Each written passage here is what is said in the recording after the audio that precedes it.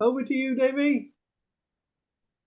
Thanks, Derek. Good evening, everybody. Thanks Hi, for David. the Zoom demo. And on my Zoom demo tonight, what I'm going to do is tie a few flies that have worked quite well so far this so-called trout season. It hasn't really kicked off yet, to be honest with you, certainly round here in Shropshire. And then move on to a few flies that I think might start working over the next few months. And it'll be about six flies or so, take us through to 9 o'clock. If anyone wants to ask me any questions during the way, please go ahead. Any tips, any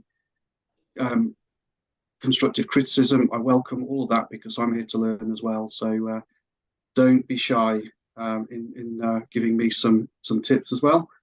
And any requests as well, always welcome to have some of those. If anyone wants any particular advice about flies, I tend to specialise in fishing the rivers and streams around the Welsh borders. So that's the Ludlow area, the Team catchment, Severn catchments, venture off towards South Wales sometimes, and then sometimes further afield up to the north of England. And I also fish the wild lakes of Wales during the summertime as well.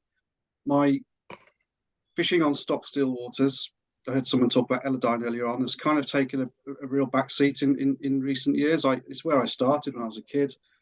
But I really don't tend to fish those sorts of places anymore. But I certainly do have a few flies up my sleeve for those waters if anyone is interested. So I'll crack on. So yeah, the trout season this year really it hasn't really started. I mean, what sort of season have we had so far with all the rain?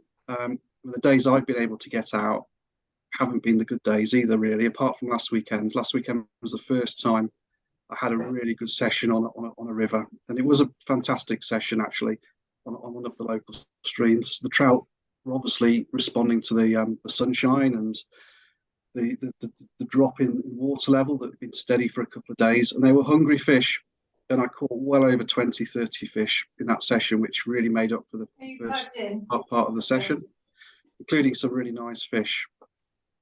And in anticipation for this season, I've tied this box of flies here with all my favourite early season dry flies. We got March brown emergers there. We've got various deer hair emergers for various olive patterns, some March brown CDC adults, etc. A lovely box I was hoping to take out, and it's completely dry. None of those flies have been used. I don't know when they're going to get used. So let's have a look at my fly patch, which contains all the flies I've been using recently. You'll probably be quite horrified to see what I've had to use. So it's been big dirty streamers, big nymphs, etc. It's certainly not been the early season dry fly fishing. I know some people have had it. You know, the guys down in South Wales that always post daily pictures on social media of catching big trout every day, which you know, when you're sat at work up in Shropshire is really quite annoying. You know, they've been having some good dry fly sport, especially when you can get out on the rivers when it's the right time. But when you work full time and you're fishing sort of smaller streams, it really hasn't happened. So first fly I'm going to show you is perhaps not everyone's cup of tea, but it's a fly that has really saved my sanity this season so far. When the river's been up, you know, it hasn't really cleared and dropped until last weekend. So we've been faced with rivers that have been quite high and really coloured as well. So this is a fly that has caught quite a few of my early season fish. And as I say, it's not fly for the purist. It's perhaps not what everyone would like to use early season, but it's the only way I've been able to get any decent sport, really, certainly in the up until a few weeks ago. So can everybody see the device and the hook? Any chance you can get it a bit closer, Dave? I'll try. I've got it's about as close as I can get it, Derek, unfortunately. Is that... Take it further back then, because the light is on it. Yeah, that's it.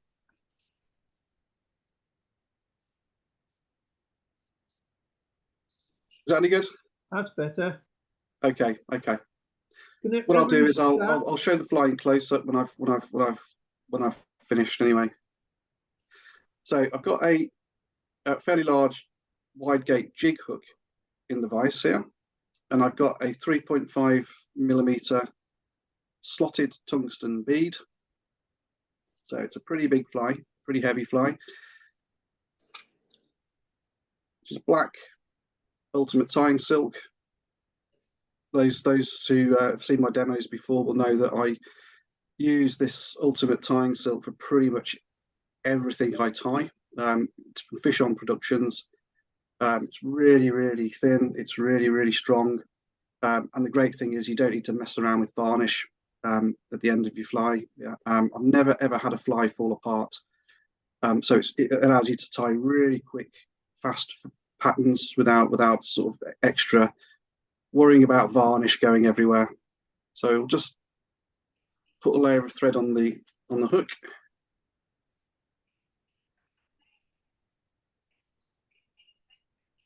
And then back up towards the bead again, and just a few extra turns there just to What size hook was it, Dave? lock in that bead. Yeah, sorry, Adam. This is a in the model of this hook, it's called a size 14. Okay, yeah. But in regular money, I would say this is at least a size 12, probably a size 10. Okay, yeah. So I could actually show you a range of jig hooks that I've got that I use in the same size, and the range of actual real size is amazing. So I don't tend to go very much on numbers. You know, it's a bit like line ratings as well on rods. I don't really worry about that too much these days because there's so much variation in terms of actual size of hook, or if it's a line, the taper of the line, your casting style, your rod. These numbers are really not that helpful when you're trying to explain to people what you use. So it's a fairly large jig hook. It's bigger than you would use for tying your regular river nymphs anyway. Yeah. Okay. Yeah, it's fine, thank you. So first proper material, I'm going to use a bit of marabou. So you've probably guessed this is what you might call, well, what American people call, Eric might know this as a streamer. And in the UK, it's quite funny actually. Stillwater fishermen refer to these as lures. Still, they've always been called lures. Whereas river fishermen that have just recently adopted fishing with these types of patterns call them streamers, which comes from America, which is where fishing with lures on rivers is much more popular and mainstream. So I tend to refer to them as lures. And in fact, when I started fishing, every fly that had a marabou tail was a dog nobbler. There's all sorts of variations, but at the end of the day, it's got a waggly tail marabou, and it's a dog nobbler. So I tend to refer to these as river nobblers, basically. So that's what this is. So, and with the marabou on these river patterns, I tend to, with the stillwater patterns, I tie them with much longer tails. And what I do is when I use the marabou for stillwater patterns, I save the scrap ends of them. And I can use those scrap ends for tying flies like cormorants that have a smaller wing, but also these river streamers as well. So you can make the most out of your material. So I've got a little bit of a scrap end of marabou there. That's all you really need. You don't want anything too long or too thick. With marabou, I like to sort of put a bit of moisture on the finger because it's quite difficult to tame sometimes. And the trick is for these flies is to have a really nice, neat tail. It just adds to the movement in the water if it's all nicely lined up. So a few folds and a few pinches, and that all comes off in one piece there. You can pull out any stray fibers at this stage. The other trick I tend to do when I use marabou before I put it on the hook is I like to actually moisten the end, the butt end that actually goes against the hook. So just trim that off to size. and then putting quite a lot of moisture on it, you can really damp that down. And what that will do, it'll do two things. One, it will stop any annoying bits of marabou floating around that get caught up in your tying thread. And secondly, it actually helps grip the thread, and it grips it against the hook and stops it twisting around as you're tying. Just forms a much stronger connection. So just line it up to the length that you want. I've got it about just over an inch long coming off the back of the hook. And you've got your damp down butt end here. It's a simple pinch and loop. You start with quite loose turns just to get it aligned on the hook and in place. And then you can gradually really tighten those turns. And of course, with the tying silk, it is so strong. If I pull this hard, it'll break the hook before it breaks the thread. It's that strong. So you can really tighten this down and lock in that material. Plus, it doesn't bulk up on the underbody of the fly. And just trim off any waste there just behind the bead.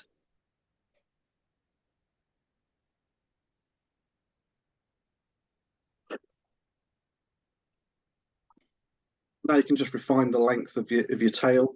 For these river patterns, you will see on social media, and you'll see probably on YouTube and all that, people using really big streamers, sometimes these articulated streamers. And I think this is the American influence, because in the US, I'm sure Eric will be able to know, he knows a lot more about this than I do, but large streamers tend to be really popular because large streamers catch large trouts. And of course, in the US, the trout over there tend to be a lot bigger than the wild trout in the UK.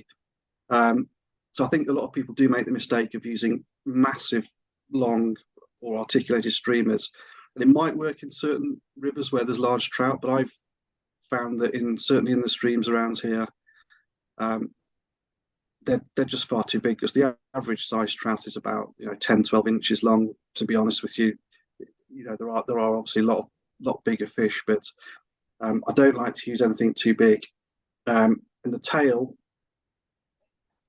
tends to be not much longer than about an inch long off the back, because you will find that when you're fishing in the fast water, you will get a lot of plucks, and sometimes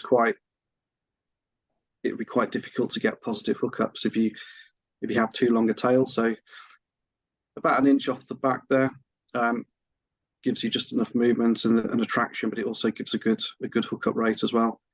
And I never use scissors to cut the tail, just squeeze it and pinch it so you get a bit of a rough edge. You really don't want to have a square edge to that tail. You want a bit of a taper into it just to give it the best profile possible. Okay, the next bit is just I like to put a little bit of flash into the tail, just very, very subtle actually. So this is a hank of angel flash pearl. I'll just take one strand of this. Say one strand, one strand is actually made up of multiple strands there.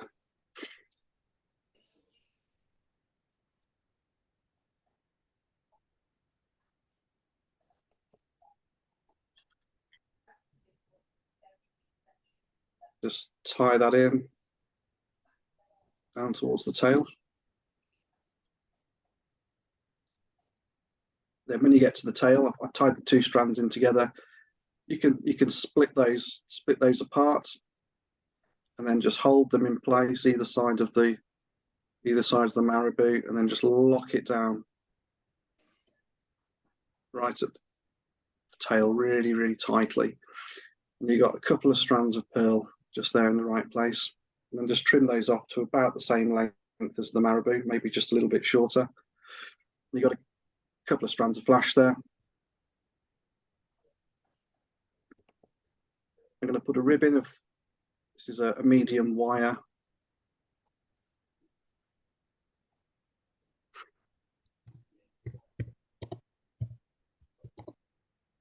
We'll just tie a rib in there and leave that there for the time being. And the body of this fly, I'm using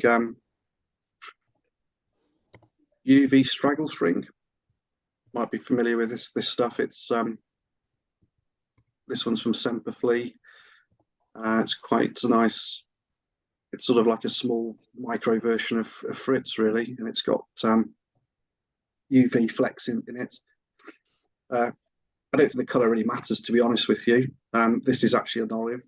I find that actually works quite nicely with the black. Just tie that in with the rib, and that will form the body of the fly.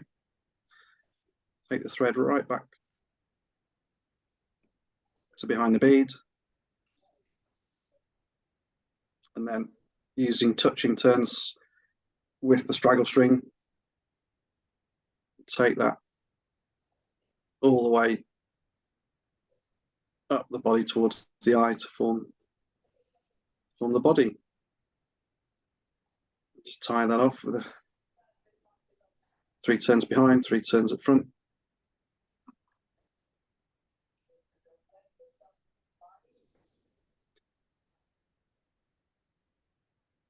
And this is one of the crucial materials I find on this fly. This is a black CDC feather. A lot of streamers use standard hen hackles or cock hackles. For this pattern, I really like to use CDC because it gives real soft movement to the fly, and it adds a nice soft bulk to it as well. So I find it works really nicely when you're using smaller patterns, particularly in rivers.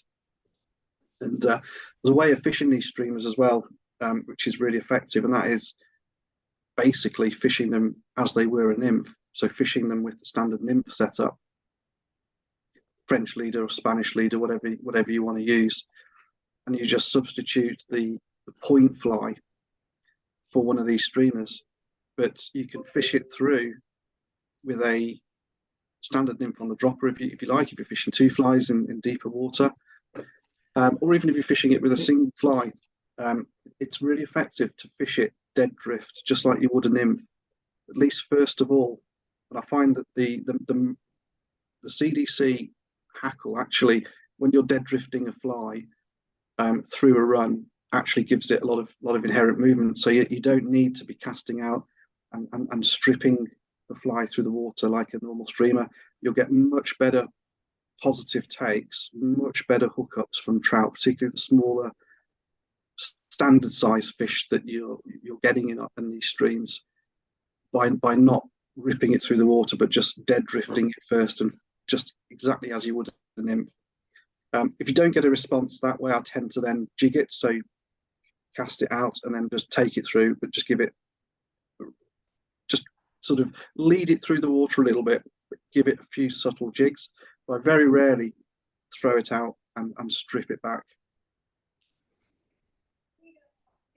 So just take a CDC feather that's probably the biggest one you can find in your packets, because you're going to need quite a few turns, and you want some quite long fibres because it's quite a large fly. And I'll just tie that in as you would do any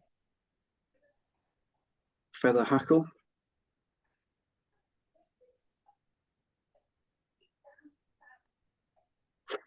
By the way, if I'm going too fast, or you want me to repeat anything or go back, please do shout, because when I get carried away, I probably tend to start speeding up and forgetting to explain certain things. So don't let me just run off ahead if you're not able to keep up. Let's get some hackle pliers in there just to help grip it. And then it's a case of really just palmering that hackle down the fly as you would a normal hackle. So put in 2 or 3 turns at the head of the longest fibres, and then you can palmer that down with 3 or 4 hackle turns, as long as your feathers long enough, and then disentangle the rib from the marabou, and then just bringing the rib the opposite direction to the hackle that you've just tied in. You can then bring the rib back in the opposite direction as you would a palmed wet fly, moving the rib backwards and forwards slightly just helps prevent any fibers getting trapped under the rib as you work it up, and it just locks everything in place nicely. And then you can pull it out at the end and tie off that rib at the front, just behind the bead.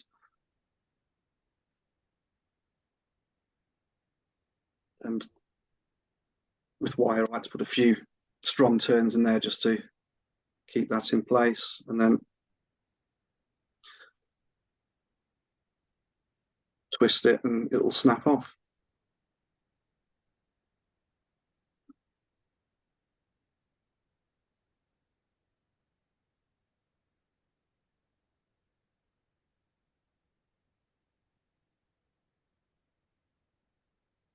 That's a good wire, Davey. I've just realised that, Derek. There we go. Well, it's better than wrecking your scissors, isn't it? Yeah. Okay, so hopefully you can see that. Is the light okay there? Yeah. Yeah. So we got a very soft looking woolly bugger type fly. There's a few finishing touches. I mean, that would work perfectly effectively, to be honest with you. A few finishing touches that I like to put in. First of all, a collar of, got here some purple UV dubbing, ice hens ice dubbing in number 14, which is purple UV. Take a little pinch of that.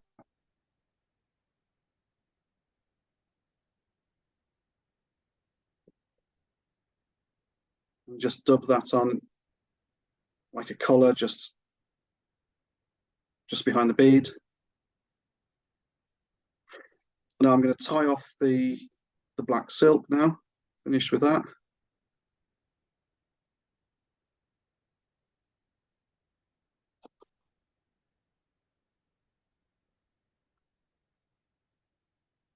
Is there a name for this fly, Dave?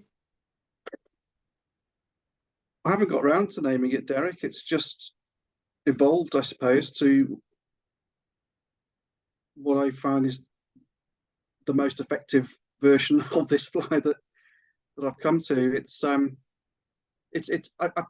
nothing really unique. It's like a woolly bugger. It's like there's quite a lot of versions of this streamer. So maybe I'll get back to you on that, Derek. Yeah. Can I make a suggestion? Yeah, please do. Yeah. Triple D. Dave's Deadly Dancer. That sounds good. Right. Final little touch. Just going to put a little bit of colour into it. So this is Glow Bright number 5. My favourite Glow Bright colour. Favourite colour for hot spots and all those sorts of things on certainly on river flies. Just put a little bit of colour in this.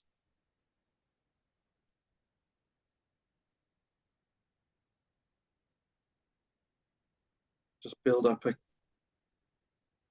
collar just behind the bead, and then the final bit is to tie that off.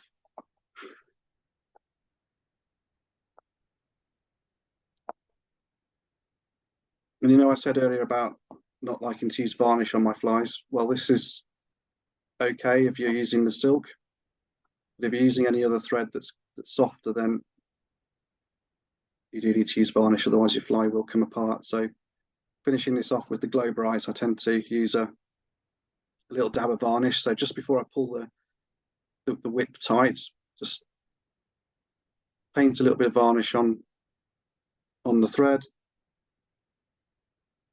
and then you pull your whipping tight, and it just coats the thread nicely, doesn't interfere with the feathers, and you get a really nice head.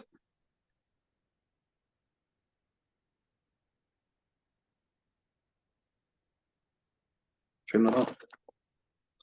The varnish I'm using here actually is you can see that it's a UV varnish. So when it sets, it gives a little bit of a UV glow to it. Whether it makes a huge difference to fish, I don't know, but it certainly gives me confidence, particularly when you're fishing in coloured water. It just gives a little bit of extra visibility, I suppose, extra bit of attraction.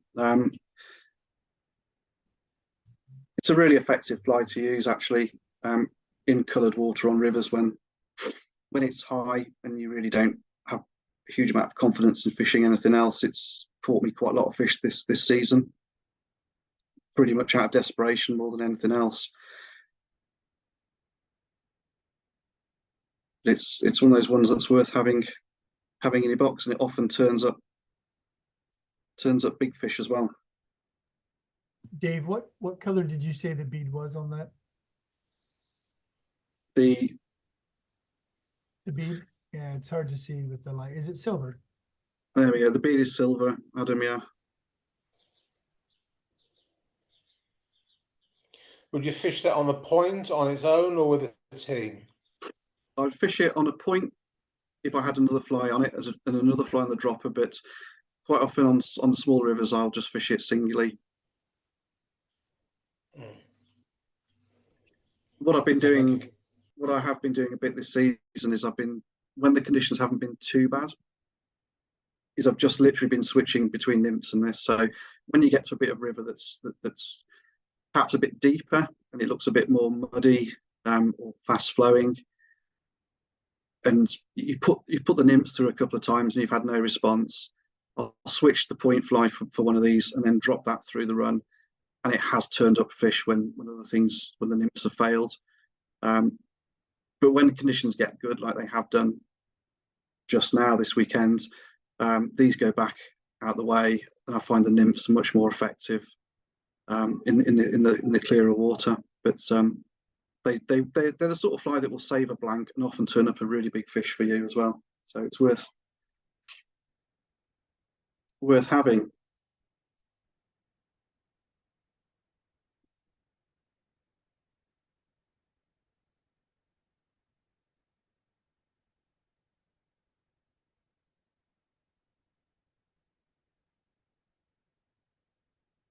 Okay, the next fly is from a similar theme actually. It's another fly that's worked well in coloured water.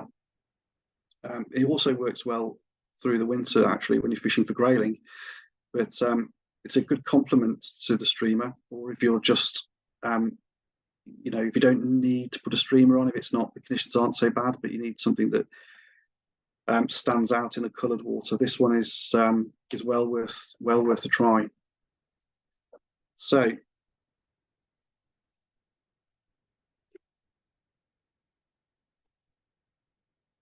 to use the same hook, but in a smaller size.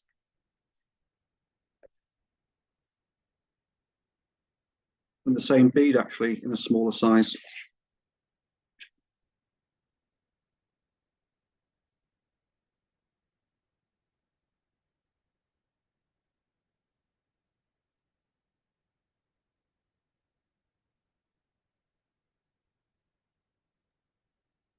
Dave, you were talking while you're gearing up, you were talking about guys fishing big articulated stuff, that Kelly Gallup kind of style articulated streamers. I've been listening to a couple of different podcasts over the past couple. A lot of guys are getting away from those, because big fish can eat small offerings, like a smaller 3-inch streamer rather than a 6-inch articulated thing. But you know, they got a lot of guys were getting refusals, you know, they throw these 5-6 inch articulated streamers against the banks, and even the big fish were refusing them. But would take a 3 or 4 inch, you know, traditionally tied streamer. So I've heard a fair few guys getting away from that big stuff. I mean, I know there's still some purists, you know, that subscribe to the Kelly Gallup style of, you know, massive fish, massive fly. But a lot of guys have gone away from them just because of so many big fish refusals. So just, I like the smaller stuff too, the micro stuff. Yeah. Under, yeah. That's it. That's really interesting, Eric, because it was a few years ago when streamer fishing sort of caught on here. There seemed to be a bit of a trend. Some of the well-known guys on social media seem to be subscribing to that. You know, the bigger the streamer, the bigger the fish you're going to catch, and you know you'd see them sort of even in small streams fishing these sort of 5 inch type streamers, and you know showing some big fish that are coming out. But I've always been quite skeptical about that. I've never had much success in fishing anything bigger than these small small jig type streamers, really. So we'll go down a size here. This is what's called a size 18 hook in this model, but it's probably more like a size 12 or 14 in most hook models. It's a wide gape jig hook, and I've got a 3mm silver bead attached to it. Still using black tying silk. I'll just tie a layer of that over the hook.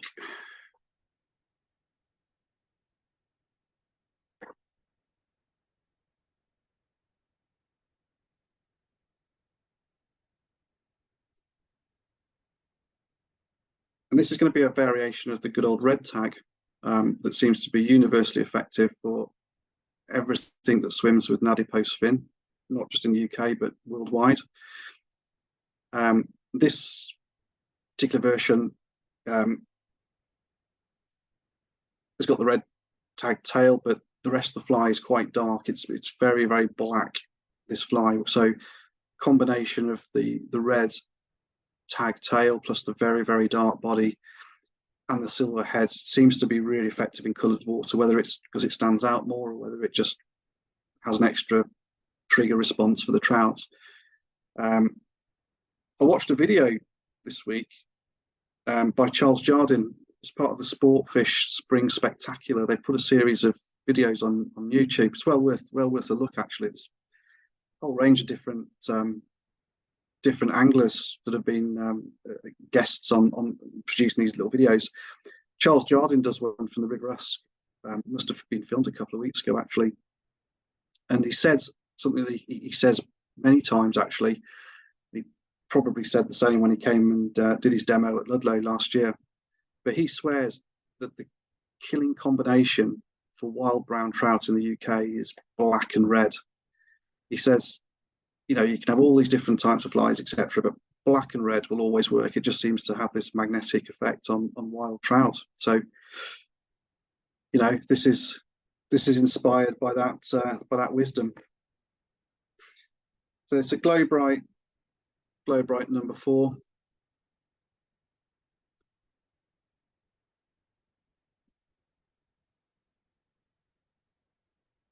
I'll show you the way that I like to tie tags in. I'm just going to fold over the glow bright a couple of times so we can get the right thickness. You might have seen Lewis Hendry giving his demonstration here a few months ago, and he was talking about for trout flies, he tends to like to use a small, very sparse tag, whereas for grading flies, having a much bigger, much fatter.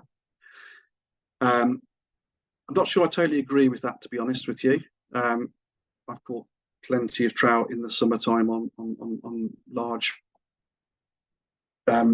thick tags, so not entirely convinced by that, but I think it probably certainly works with wary fish anyway, perhaps on the clearer streams down south. this fly is very much targeted at fishing for trout early season when the conditions are like they've been. Can be used in conjunction with that streamer or swapped out for it. What I want to do is use quite a thick tag here because I want this fly to stand out. I want it to be visible. So I've just folded it over twice. So I've got sort of 4 wraps there. And then the way I like to tie tags in, rather than just putting it against the hook, tying it in and then trimming off the waist, what I do is I fold it around the thread in 2 equal lengths. So I'm not sure how easily you can see that. And then with it wrapped around the thread, you can pull the thread down, and then the floss will sit on the hook, and then you can lock that in with your threads. So you've got no waste to trim off at all. And you can just tie that in.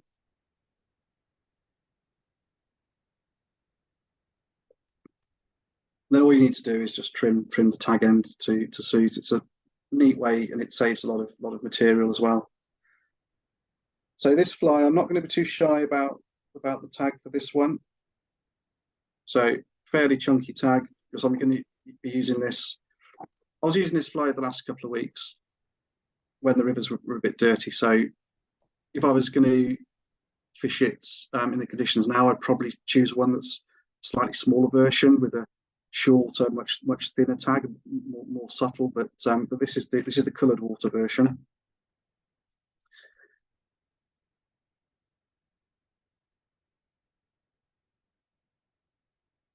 And then the next part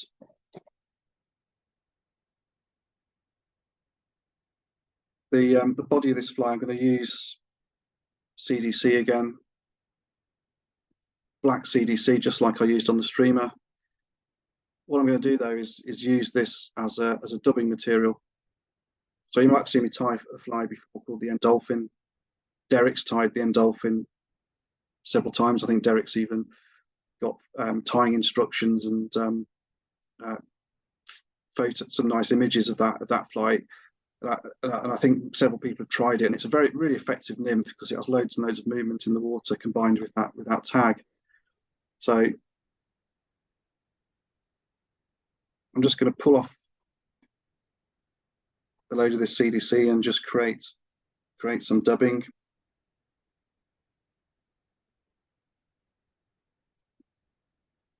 You don't need to be shy with this. This is not a very neat and elegant fly by any means. Just get you a nice pinch of CDC dubbing. And perhaps the only sophisticated part of this fly is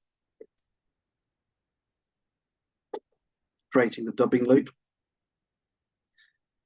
And this silk as well is absolutely fantastic for creating dubbing loops because it's multi-stranded. It's relatively easy to split if you can get it untwisted and flat.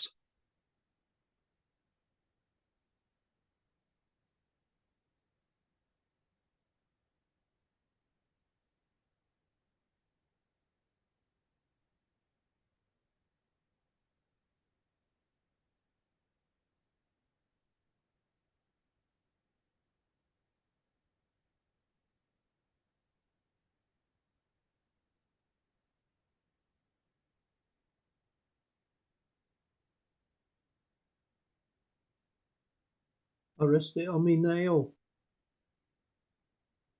Yeah, that's my problem, Derek. I don't have any fingernails.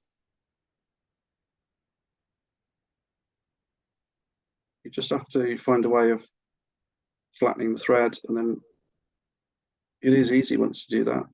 Of course, when you do a demo,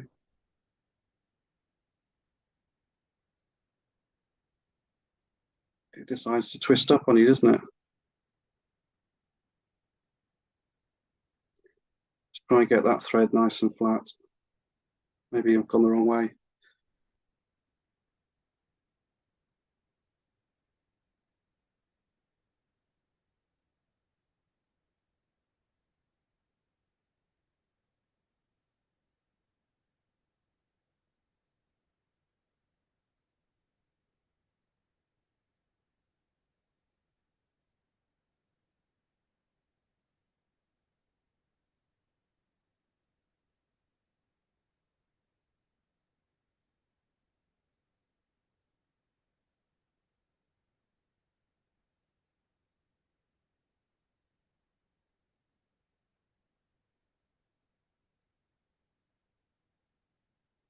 Try running your needle underneath it.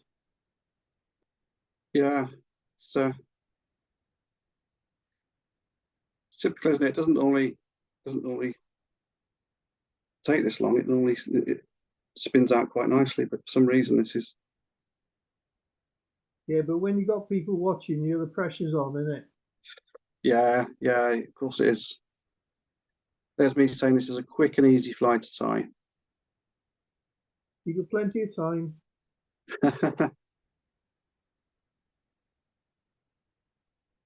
Well twisted, this thread, for some reason.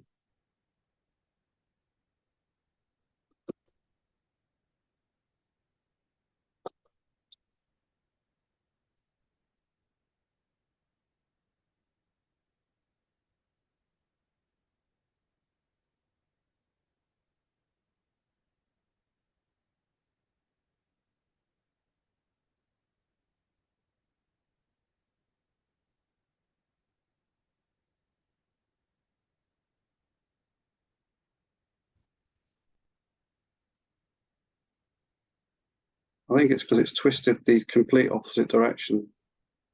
Just let it hang for a minute. There we go. There we go. I was doing it in the wrong direction, Derek, which is so okay. That was the tricky bit. Now it's a case of just putting the dubbing into that loop and then spinning that loop back the opposite direction so it actually tightens up. You've got a nice rope there of CDC dubbing. It's a case of just forming that body back up towards the bead.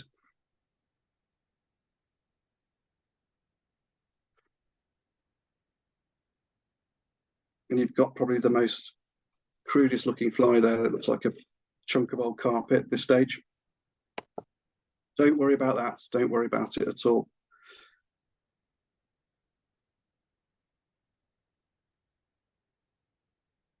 The next bit, I'm just going to put a bit of that purple UV ice dubbing, same that I used on the streamer pattern. I do believe this works really, really well in coloured water. Seems to stand out in dark or coloured water. So I'm just going to dub a bit of that onto the thread, create a collar just behind the bead.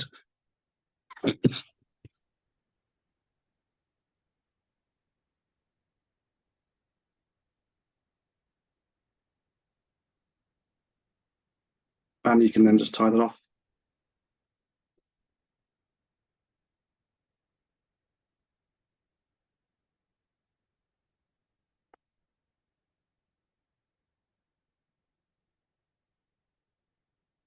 Now, this is the crucial part of this fly. This is what actually makes this fly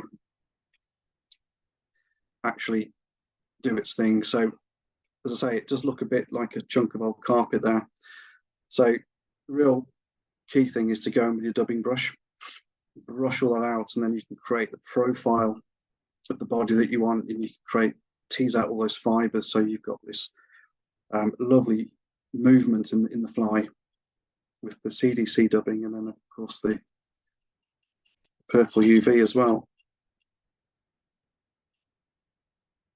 So you give it a really good old brush, and you can pick out any excess pieces. You know, really brush it out and take off as much as you need to, really, because you don't want a really thick body. You want bulk in the fibres, but you don't want a massive, solid, chunky body underneath.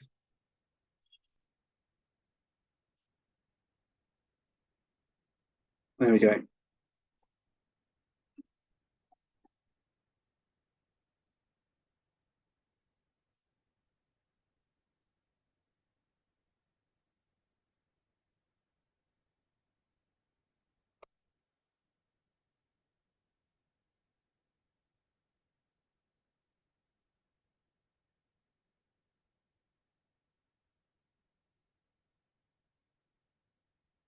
So it's a simple variation of a red tag. It's got all the colours you need to stand out in the coloured water, and it's got lots and lots of movement, and it is absolutely deadly for trout in those sorts of conditions. And I'm sure it probably works in the winter as well when you're fishing for grayling.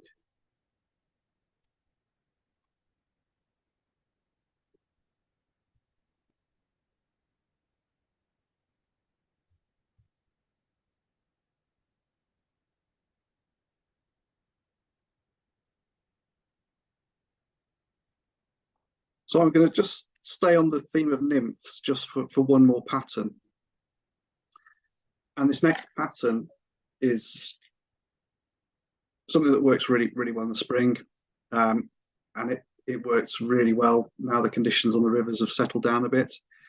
It's a fantastic fly, particularly when the large dark olives are hatching. It represents the large dark olive nymph, the Baetis Rhodani, to give it its scientific name. It's well worth using when olives are hatching. This nymph, as it seems to really work quite effectively. It's not an exact imitation, but it seems to have all the right trigger features for trout that are locked onto those olive nymphs that are starting to become active in the water, which they will be right now. And not surprisingly, this fly has been catching quite a lot of fish. It's not an original fly that I can claim to. It's a fly that I've actually just discovered this year, to be honest with you. It was invented by former double world champion Howard Croston, who produces a lot of really good new patterns. If you go to Fulling Mill website, he's a Fulling Mill fly designer. He's got all these flies on there. So this is basically a copy of one of those flies, which I think he calls the Bead Baetis. It's one of that particularly caught my eye from his range and I've been using recently, and it has been standout effective, really. So I thought I'd show you.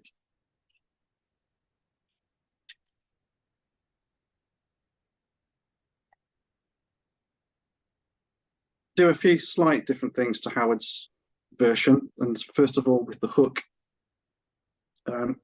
Howard uses I think he uses a standard jig hook for this pattern. What I tend to prefer is just a curved hook.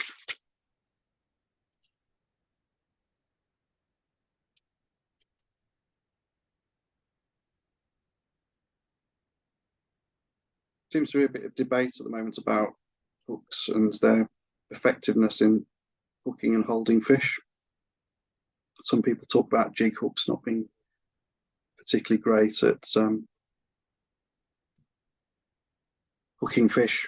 I'm not sure I can say I found that. I think a lot of this just gives people something to talk about half the time, to be honest. But certainly if you're fishing with flies on droppers, I quite like to use this curved hook. I do find that the fly sort of sits quite nicely in the water, and it also has a really, really good hookup success as well, probably because of it's quite a light wire hook, and it's got quite a wide gape to it as well, and it does seem to hold fish really, really well. So it's a size 12 fine wire curved hook. And I've mounted a 3mm silver countersunk bead.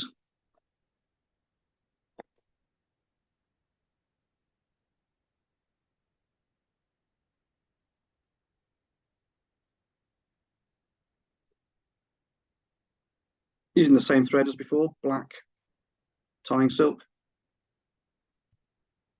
Just go straight in there and form a layer of silk over the hook.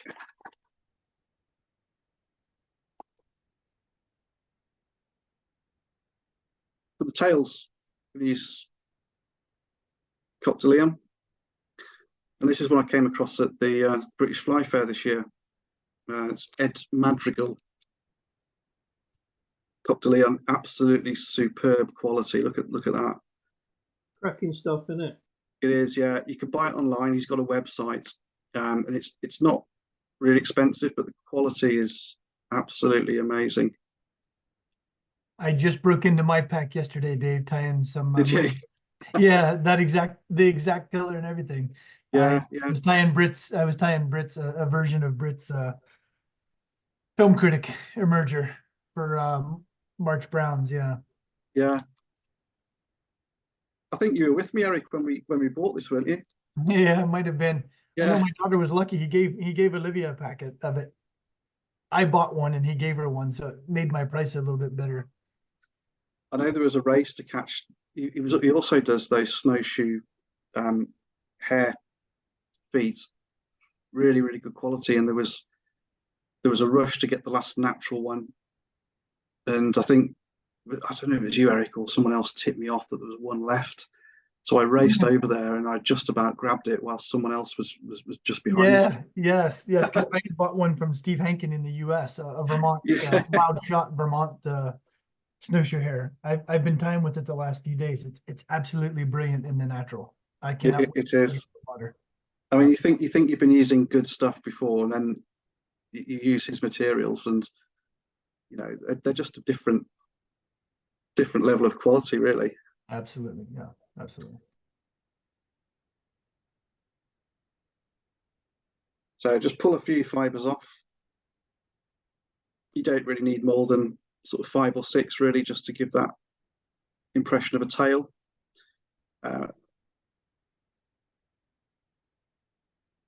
Tend to go, as a rule of thumb, about the same length tail as the length of the hook shank.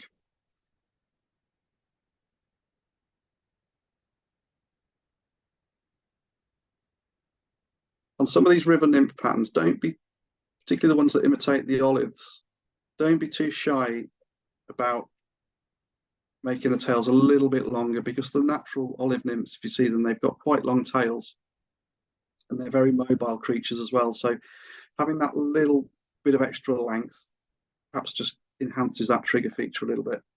I don't know, but it's another thing that gives you a little bit of confidence.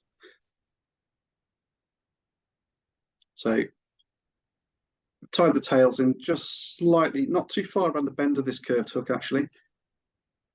We're not tying a buzzer on this one. And then this is the magic ingredient, I think, when it comes to this fly, or one of the magic ingredients. It's the rib of this fly is actually a piece of chartreuse fluorescent floss. Now you can use this stuff, Glow Bright number 11. Works absolutely fine. It's the perfect color. What I'm using here is this Semperfli thread, and I think they call this Glow Bright actually in their range, but it's not actually Glow Bright. It's a braided thread, and I just find because it's braided, it actually makes a better material for tying a rib, particularly on smaller flies. When you don't want anything too thick, it just forms just about the right sort of thickness. Gives a little bit of round bolt to it as well. And what I do with these threads before I use them for tying is I pre-treat them with varnish. By doing that, it actually makes a waterproof layer over them. So when you're fishing with them, they don't absorb water, and the colour doesn't fade when it's in the water. And I'm also using the old UV varnish as well. So what that does, it gives a little bit of a UV attraction to it as well.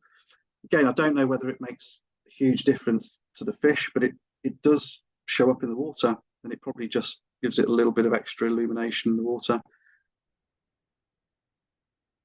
And it plays into that confidence thing as well, doesn't it? If you've got a certain little bit of extra on your fly, you absolutely do fish better, and that translates all the way down to what the fish see as well. I'm absolutely sure.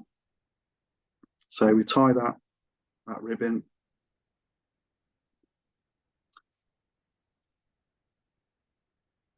All the way down to the base of the tail.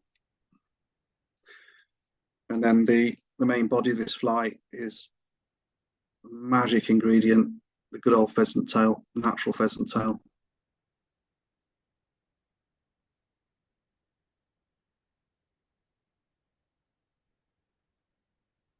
It just selects between 6 to 8 fibers. When it comes to pheasant tail, I always like to moisten pheasant tail whenever I'm handling it or tying it. It just, again, helps you grip it better. It ties in better as well, but it also just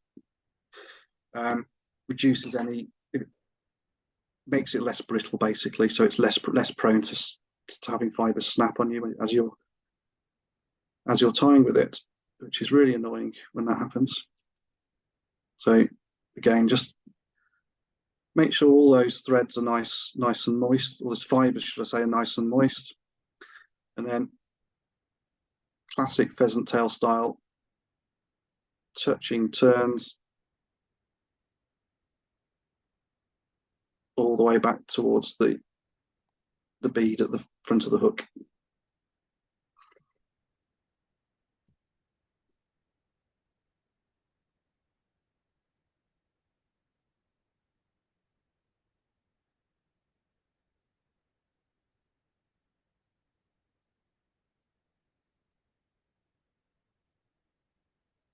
One thing about these curved hooks is that it does help accentuate that tapered body on these nymphs. And then with the rib, it's just exactly how you would rib a normal nymph, taking opposite spiral turns, open turns with this rib, nice and tight.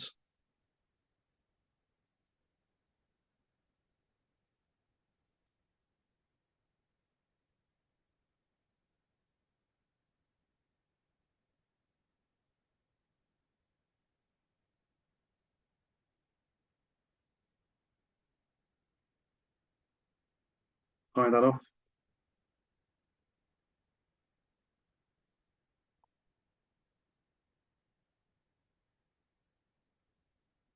Okay.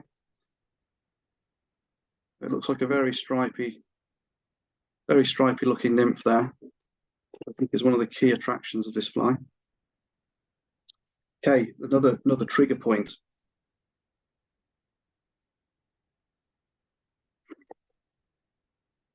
Use a bit of orange holographic tinsel. That's in the medium size, tends to work well. I'm going to use that just to form the thorax to the nymph. So just tying that in just behind the bead.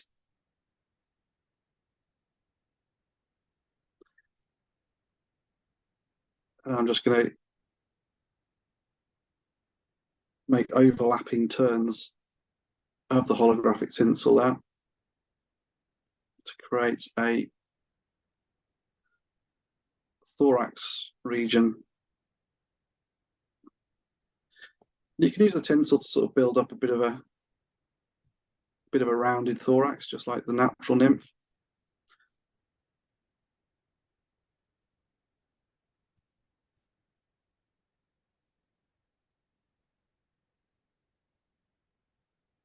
tie that off, snip it off there. Okay, on the face of it, it looks a bit blingy, doesn't it? It looks like a sort of bit OTT for an olive nymph. It's sort of got, if you look at the natural olive nymphs, the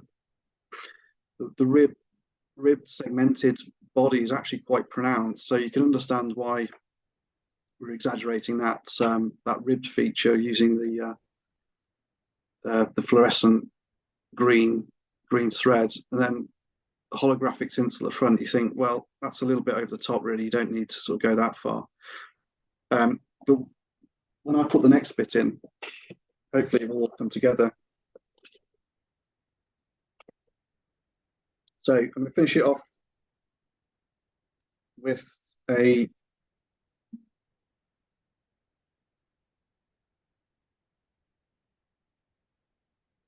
little bit of CDC, little hackle of CDC, just to cloak it and give it some movement.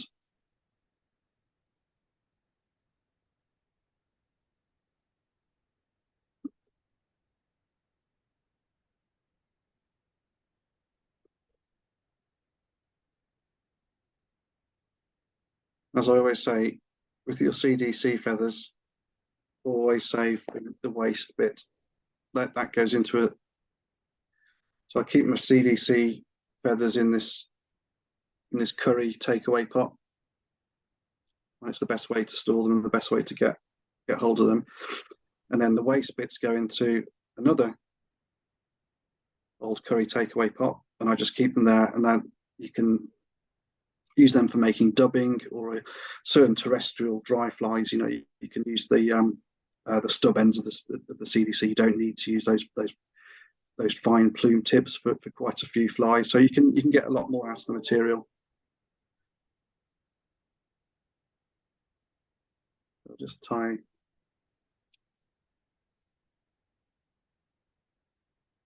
that in.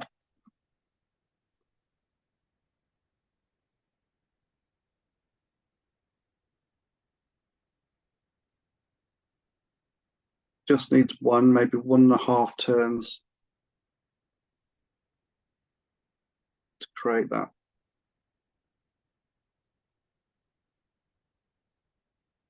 Quite subtle bit of movement there.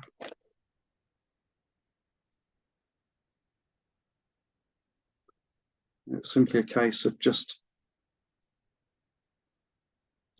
tying off behind the bead with your thread.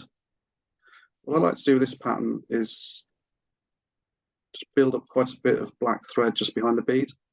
It's the natural olive nymphs, when they're about to hatch, when they're active this time of year and they're thinking about hatching, the wing cases tend to darken, and the area just behind their heads, behind the eyes, tends to darken quite a bit. So what this gives is the black threads contrasting with the silver bead at the front, just gives that impression.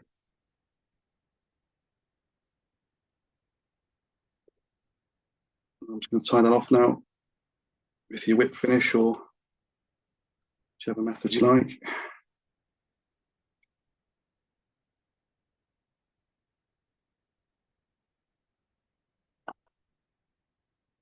Hopefully you can see that final nymph here is not actually a monstrosity of bling. It actually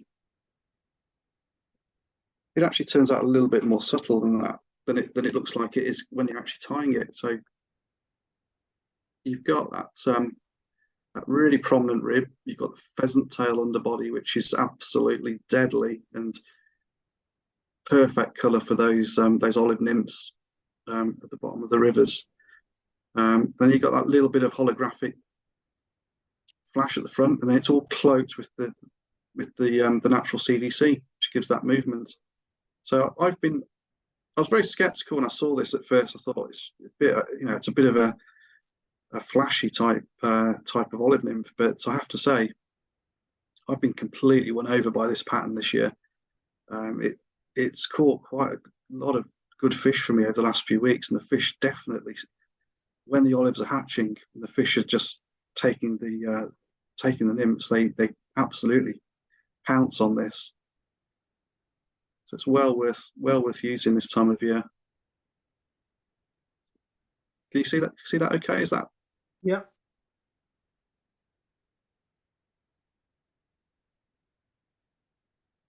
Okay, so we gradually, I've sort of scared you with some hideous patterns, and we're gradually becoming a bit more refined as we move through the season, and that sort of brings me up to this last weekend and the river conditions. So looking forward, where are we hoping to go from here? Well, God knows with the weather, it's still not looking like it's just gonna stay settled, but hopefully it's gonna, temperatures are gonna start to rise, get back to normal. And what I'm really hoping for is to see some hawthorn flies. The hawthorn flies are really well known to everyone, probably still water and river anglers alike. They're a terrestrial fly that tends to appear this time of year, mid-April. Usually on those really nice warm days in April when the sun's out and you get a really nice warm April day, these flies tend to come out and start swarming around. And a few of them end up landing on rivers, and they do often get a reaction from the trout. And even if you don't see many fish rising, when there's hawthorns around, it's worth having some speculative casts with a hawthorn fly, because the fish might have seen one or two of them land on the water, and then they start to recognize them. So a few blind casts with a hawthorn fly on a warm day in the summer, nothing else is right, often brings the fish up, because the fish know what, they recognize it, and they will go for it. So this is the hawthorn fly version that I've been using most recently. So I thought I'd share that with you and see what you think, because I know there's so many versions of hawthorn flies and everyone's got their own versions, and there's some really excellent variations around. But see what you think of this one. So I've got a size 12 fine wire barbless dry fly hook.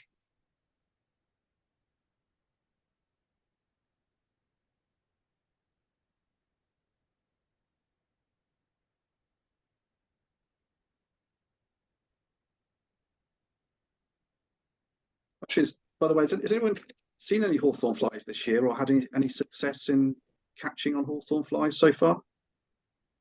I haven't used it yet. I tied some the other day. Yeah. Have you seen any on the water or in the air at all? No, Dave, no. No, I haven't either. I think I've seen one or two, to be honest with you.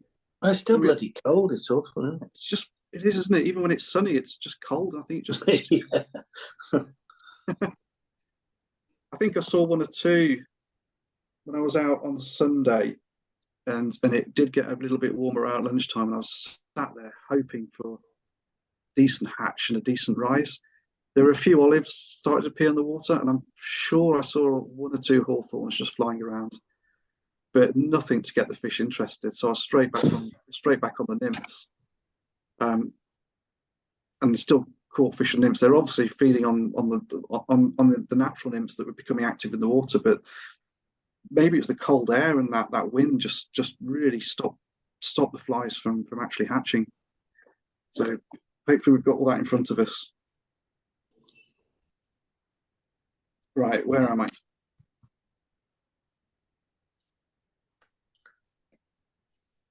Same old thread that I've been using, the black silk.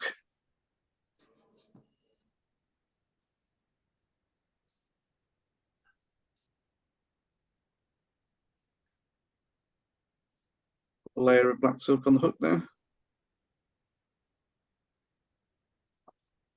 Steve Hankins is bringing a range of silks out. Oh, right. Yeah, that'd be interesting to see. Yeah. And the comparison between the pearsols, there's hardly anything in it.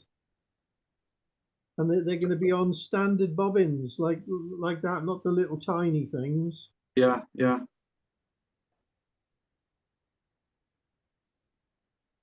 So looking forward to using them. Sounds good. Yeah. So what I'm going to do, I'm going to create a little detached body, and I'm going to use some synthetic dubbing to create the detached body. So, I don't know if you can see it here. You get the light correct. This is a black color, but it's got UV fibers inside it, so it's got a little bit of flash to it. It's one of those sort of super fine dubbings that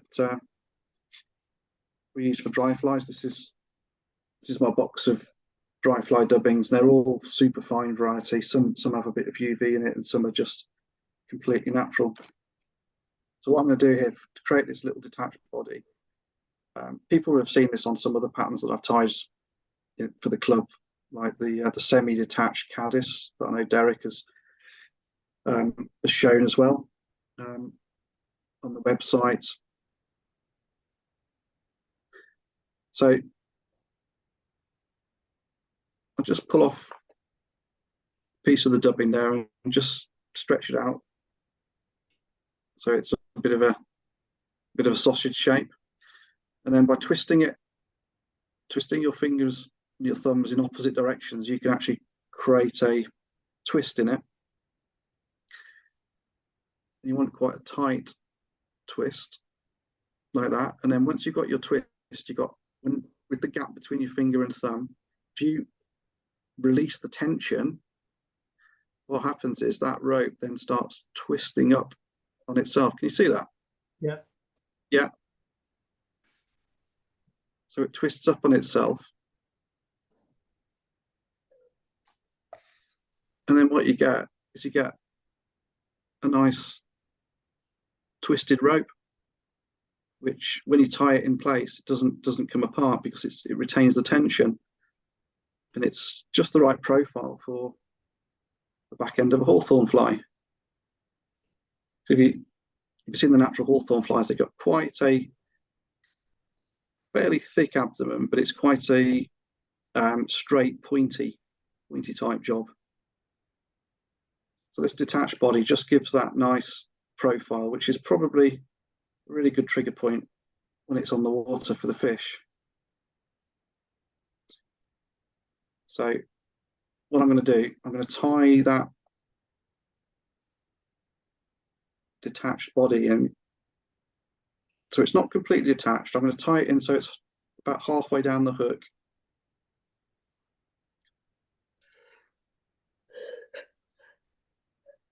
Like that. And it just sort of sticks up. Just like the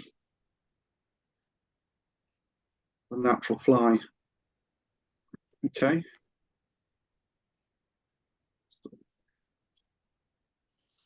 Lock that in place.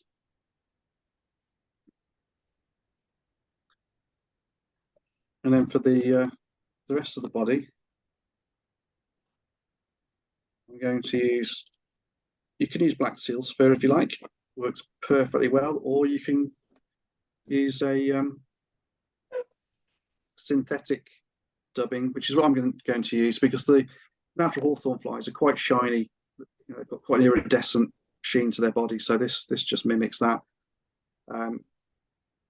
This is a peacock style dubbing, peacock bronze.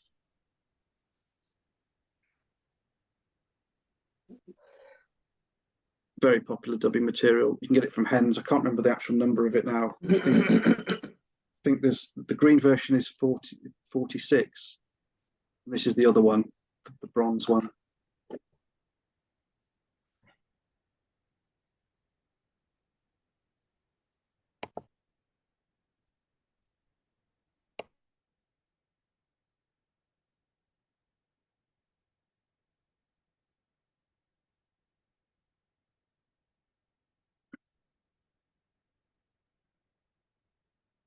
You notice I'm leaving quite a gap there of about 2 or 3 millimeters between where I've just dubbed it to, and the end of the eye. It's because I'm going to put a few things in there, and I want to keep loads of space so I don't end up crowding the eye.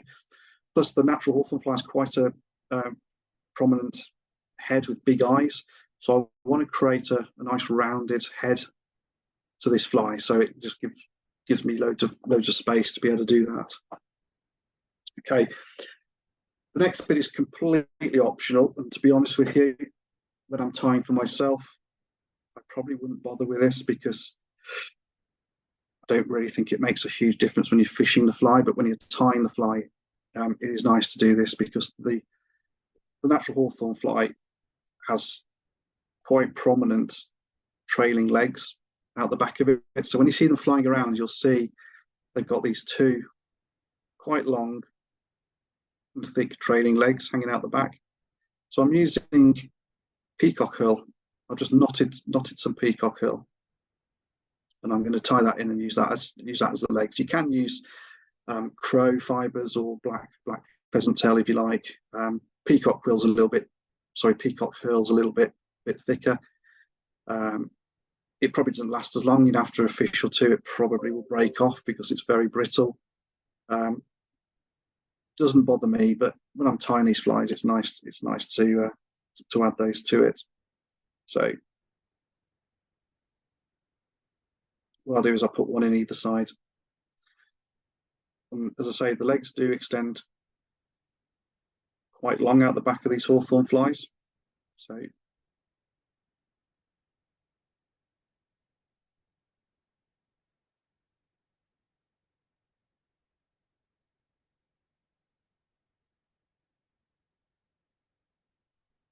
that's the one. Let's tie the other one in exactly the same length.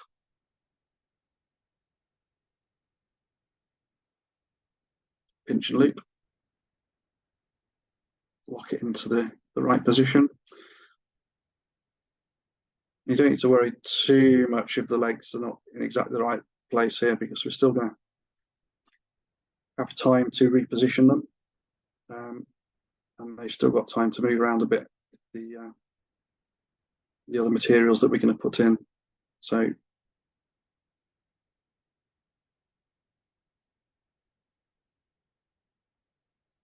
that's fine. Next bit is the wing, and I'm going to use CDC feathers.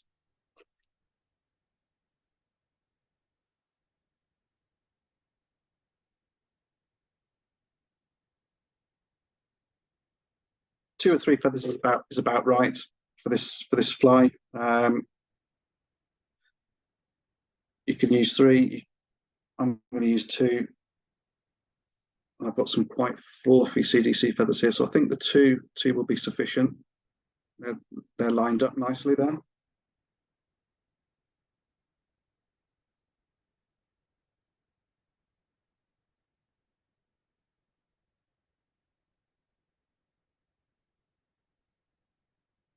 Line that up. Now I'm going to let the abdomen stick out a little bit further beyond the wings of this fly, just because that's how the natural looks. The wings aren't particularly long on the natural, so just slightly shy of the tip of the abdomen is absolutely perfect for this. Lock it in nice and tight. Trim off the waste. That goes into my other takeaway container for later use. And then you've got an option here. You could put a hackle in. You could put a grizzle hackle in if you like, just there, if it gives you a bit more confidence, if you want the fly to float a bit better, maybe. I don't usually bother, to be honest with you.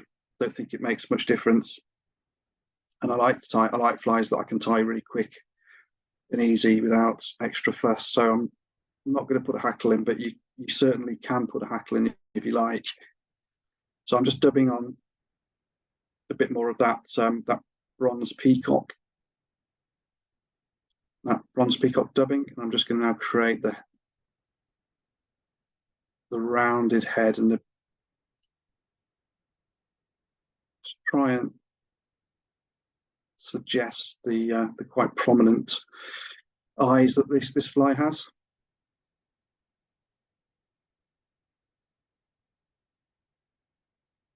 Okay, that's it. And then it's a case of just checking that you're happy with the legs,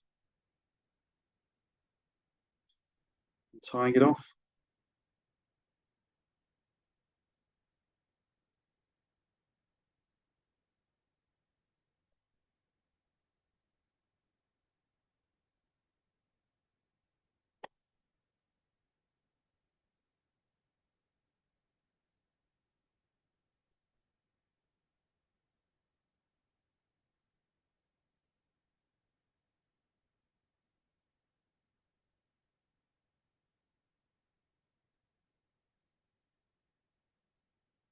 There we go, simple hawthorn fly. When you do see these flying around, it does look rather like that when they're flying around, and that extended body out the back, I think, just gives it that key sort of trigger feature.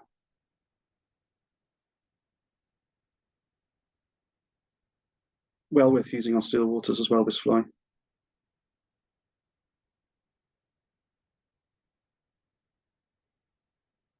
Hopefully we'll get a chance to use them before they all disappear or never appear in the first place.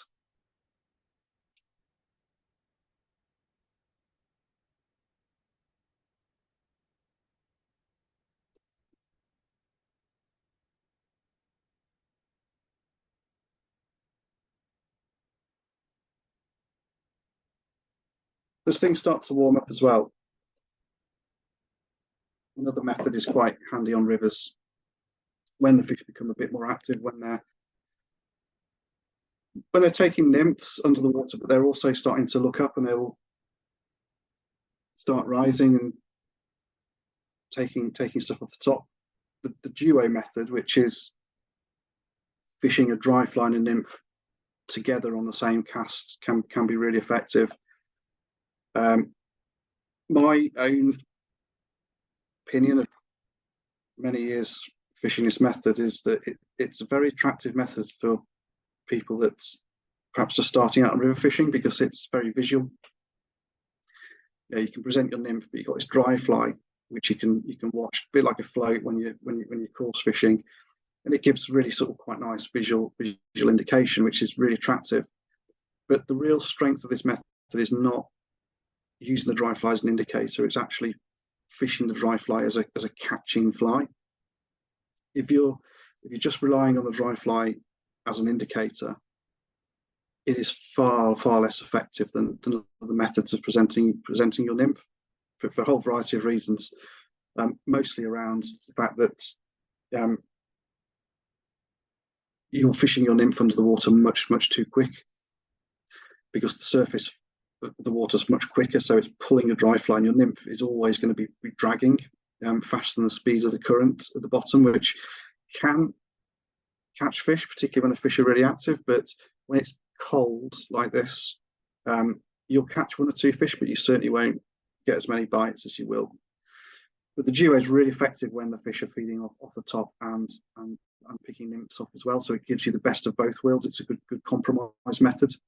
Or if you're not really sure what the fish are doing, if you're on a new stretch of water and you just want to search where the fish are, and then perhaps switch either to just fishing the nymphs if the fish are not active on the surface, or just fish a dry fly if you're getting more fish coming up for your dry fly. It's better to take the nymph off and just fish dry fly, in my opinion. But yeah, it is a very good method to use. And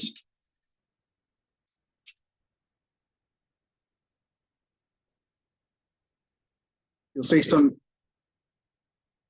people fishing the duo with really big cling hammer style flies, like massive ones with huge great fluorescent posts on as well. I don't think there's much difference between that and fishing a bung or just a artificial indicator. So you really want to use a fly that is functional in the sense that it will be buoyant enough to not just sink as soon as that nymph starts dragging, something you can see on the water effectively, but also something that is sufficiently natural looking and attractive that a fish will take it as a fly. So it's an effective fish catching fly. But I'll never put a dry fly on my dropper that isn't an absolute fish catching fly. So this is a really simple one that I've come to use over the years. I've tried many different variations of it.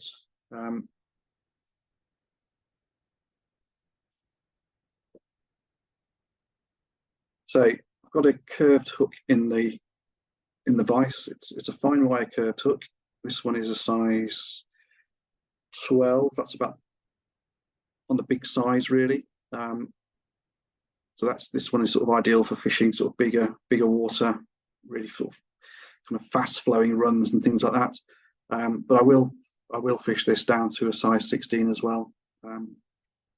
On sort of much smaller rivers, particularly in the summertime. It's quite a good method actually when the river's really low in the summer, and you kind of want something that is a really delicate method of presenting a nymph.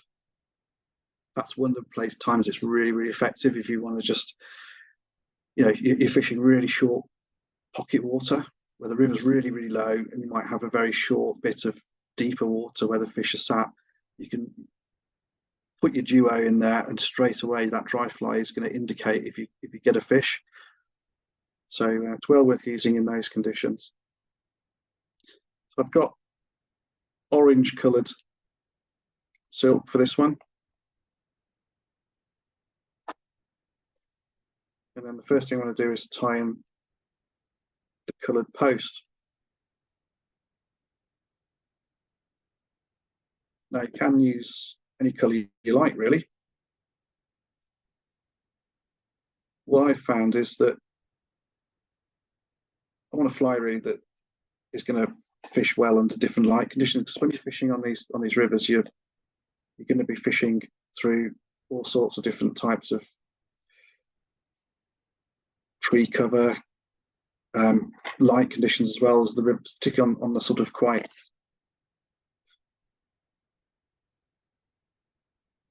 sort of twisty and turny rivers that we get around here. So you can turn a corner and some of the sun's coming in from a different angle, it's reflecting off the water in a different way, and the colour that you were using just downstream, suddenly you're struggling to see it in the in either the really bright water or the dark water. So kind of come to a colour combination here that just seems to work pretty much, in whatever conditions you use. So I'm using a combination of bright pink and bright orange, and this is a polypropylene floating yarn. It's the Fish On Ultimate ultra dry yarn, shall we say. I've used it loads of times before on flies that I've tied for the club. It's a nice sort of rough yarn, so it actually traps a lot of air pockets in it. It's the most buoyant one that I can find. It doesn't get waterlogged, and it's really nice to use when you're tying with it. So I've just pinched off quite a thin piece from each of these, and I've just matched those up together. And then when tying these posts, it's a bit like, it's the same technique that I use for tying the tags in. Rather than just laying that against the hook shank and tying it in and then trimming off the different ends, what I tend to do with these posts is I fold it across, put it against the tying threads sort of halfway through. Okay, you can see that? And then you just wrap it round on itself.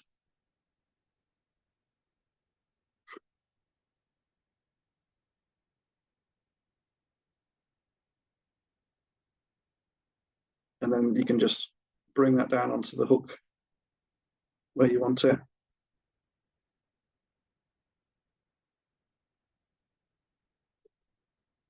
Oh.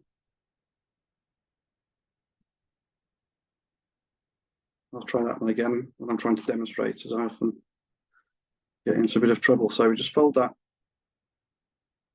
round, bring it up, and then tie it in tightly on the one side, holding it up tight and tightly around the other side. And then what I do is I just go around the base of that with the tying thread.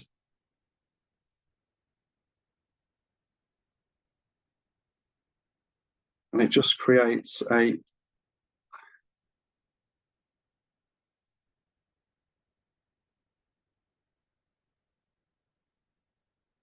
bit of a useful spot there for when you put the hackle in. You can actually tie it, rather than just tying it around the soft post material. You've actually got a piece of a reinforced section of the silk there, which really helps you tie the hackle, and it stabilizes that. Now that's not going to move, that'll just stay where it is, and it's not going to fall apart when you try and put a hackle around it. Plus you don't need to worry about any waste ends that you need to trim off on the hook, and that'll just sit there nicely out the way whilst you tie the rest of the fly. So we'll come back down, go all the way down just past the bend, and for the body of this fly I'm going to use mole fur. It's a little mole patch. It's a lovely material actually for the bodies of dry flies, I find. Really soft. You can create some really slim bodies, really sparse slim bodies, and you can bulk it up quite nicely as well. So it's a fantastic material, but also looks great when it's wet. So we'll just dub a bit of this mole fur on, very sparsely at the end, and then I'll gradually build it up to create a taper.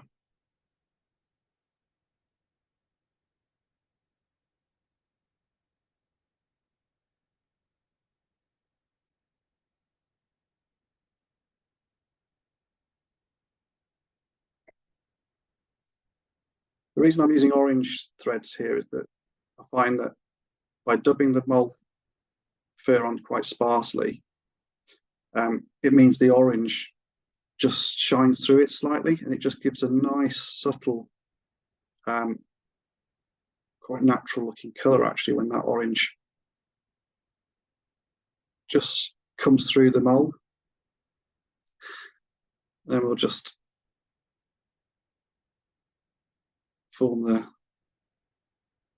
body there by working our way up to the post and then around the post. I'll just add a little bit more there just to take us up to the head.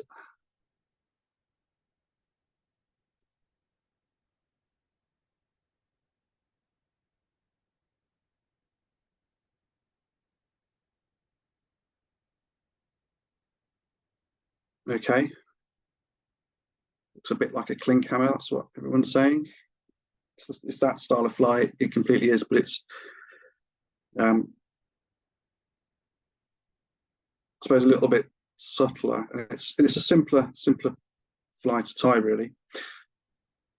And then you'll notice I didn't put a rib in, but I do want to reinforce that body because the mole fur is quite soft. It'll be easily prone to disintegrating if you don't strengthen it. Great thing about using the tying silk as well is it also works well as a rib, because it's so strong and it doesn't get ripped by fish's teeth. So what I'll do is I'll go all the way back in wide open turns with the tying silk to the back there, and you can do a few little turns there and just create a little orange butt if you like. You know, that gives it a little bit of extra, bit of an extra trigger point maybe. And then I'll come back up the fly in standard touching turns to create a rib. Just gives it a little bit of segmentation. The tying silk, you can, if you're quite tough with it, it will actually bed in nicely with the mole, so you get quite a nice subtle rib, and it's extremely strong now. That mole fur is now rock solid, but it still looks quite quite mobile. Okay. So the next bit is to put a hackle in, which will be a standard parachute style hackle. This is a grizzle cock.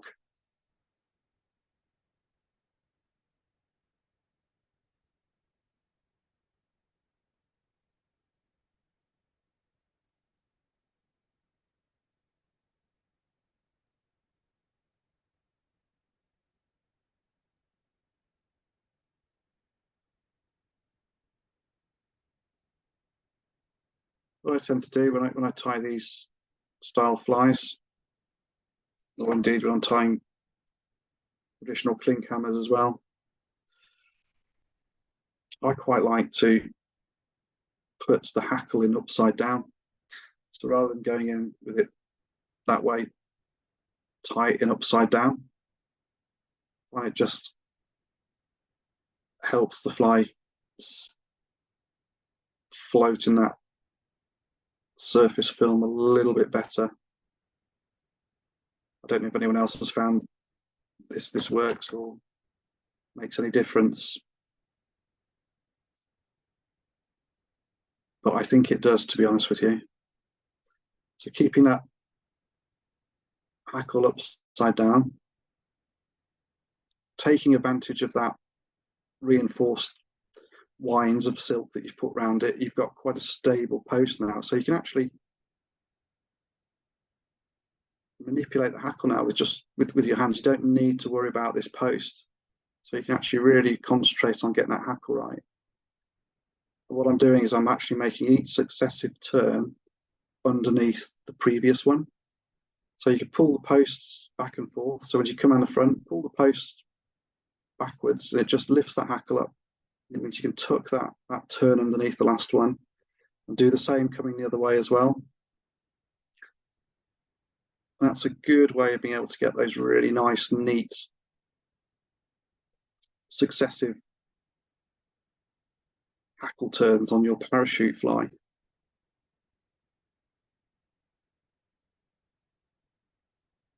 Now, as I want quite a buoyant fly for this, because this is a functional fly for using the duo method, I'll probably put slightly more turns of hackle than I would do if this was just a standard dry fly. So that was 6 turns. That's about right. I don't want to go over the top. And there's going to be another feature added in a minute that's going to help it increase its buoyancy. So 6 turns, and then just 4 turns of silk round the hackle where you've just been. We'll actually tie that in place nice and securely, and you can trim off that hackle now. Any stray bits of fibre, you can turn the vise upside down and just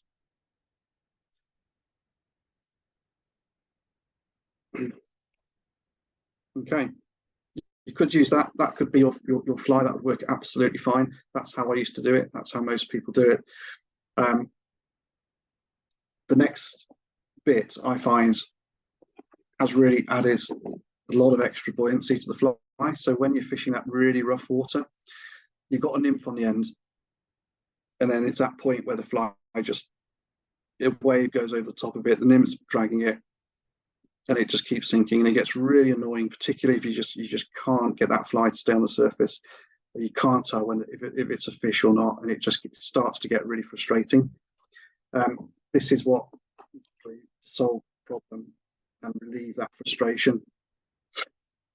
So I'm going to take a CDC feather, a natural CDC feather, out of my curry takeaway pot. I'm going to choose a big one again, a bit like the sort of thing I use for the streamer pattern.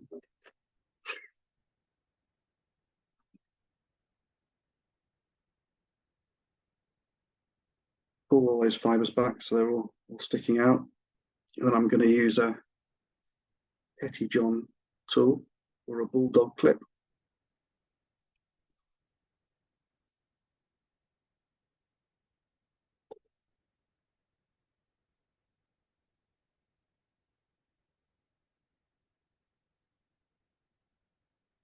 And I'm just cutting those fibres off the stalk with that CDC now. You know what I'm doing, don't you? I'm going to do another dubbing loop. To mount that in a dubbing loop, and I'm going to put some incidental music on now. And you can talk amongst yourselves for half an hour whilst I try and get this thread split.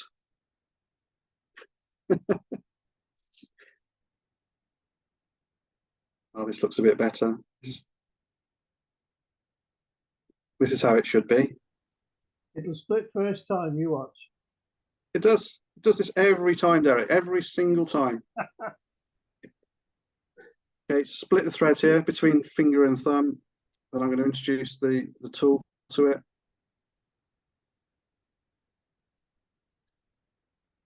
Get that CDC mounted in the threads. A few twists just to get it locked in. Okay, and then what I'm going to do, I'm going to wind that CDC exactly as I did with that hackle underneath the hackle I've just tied in.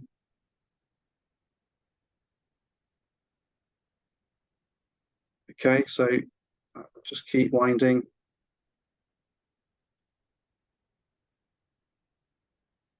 Until you've put in all that CDC.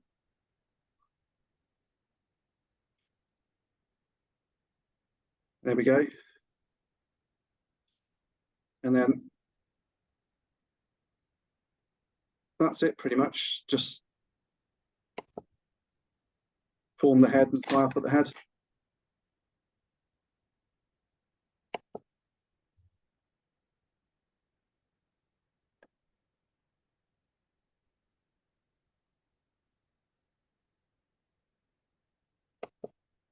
And finally just trim off that parachute post to the length that you need. There we go. So what I've got here is essentially it's a standard parachute fly, but the added ingredient is that CDC that I put underneath the hackle, and that just gives it a lot of extra buoyancy. So when you're fishing it as a duo fly in fast water, it really does give it a lot of buoyancy. It just keeps that fly up. But also I think it really adds to the movement and the attraction of this fly as a fish catching fly. This sort of method of using CDC on dry flies has been quite popular coming from the Czech Republic, I think. And there's a guy, former world champion, called Luboš Roger, who's developed quite a few flies for Fulling Mill. You can go on Fulling Mill's website. He's one of the signature tyers on there, and he ties a dry fly called Roger's Rock Chick, which is essentially just a ball of dubbed CDC basically. It looks a bit of a mess, but it's an extremely effective fly. What I've done, I've kind of used that method, but I've tied it in a parachute style. And it really has proved effective, actually, for this style fly, both improving its buoyancy as a functional fly with a duo, but also, I think, adding to the attractiveness for the fish to come and take it.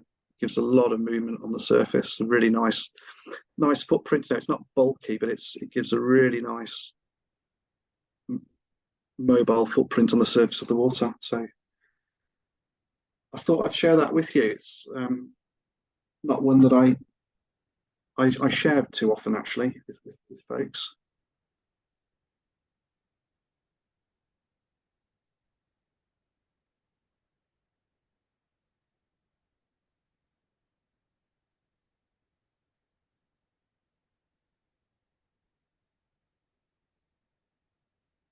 I was going to do one more fly, if that's okay.